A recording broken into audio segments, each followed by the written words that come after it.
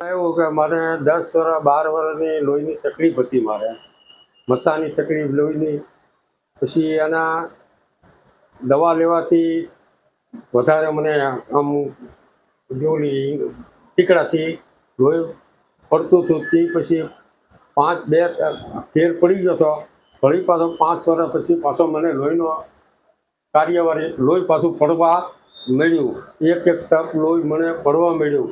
તે પછી મને છોકરાએ કીધું કે સાહેબ આપણા દેશી દવાના છે, તો દેશી દવા લેવાથી મને એ સાહેબની દવાથી મને 100% ફરક પડી ગયો છે. વચ્ચે લોહી પડતું, સાહેબે મને ટીકડી ફોનમાં કીધું, એ ટીકડી લીધી, એ બી મને લોહી બંધ થઈ ગયું છે.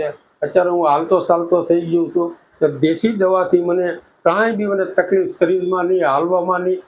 જેમ જમું છું એમ જમું છું, કોઈ વસ્તુની મને તકલીફ છે સાહેબની દવાથી કોઈ છે નહીં. સારામાં સારું મને છે રાહત, મને 100% સાહેબની મળી ગઈ છે. સાહેબે મારા ગામ બાજુના છે, મને દેશી મળી ગઈ. એટલે મને એમ લાગ્યું કે હવે હું 10 વર્ષ વધારે જીવે. ઠીક છે.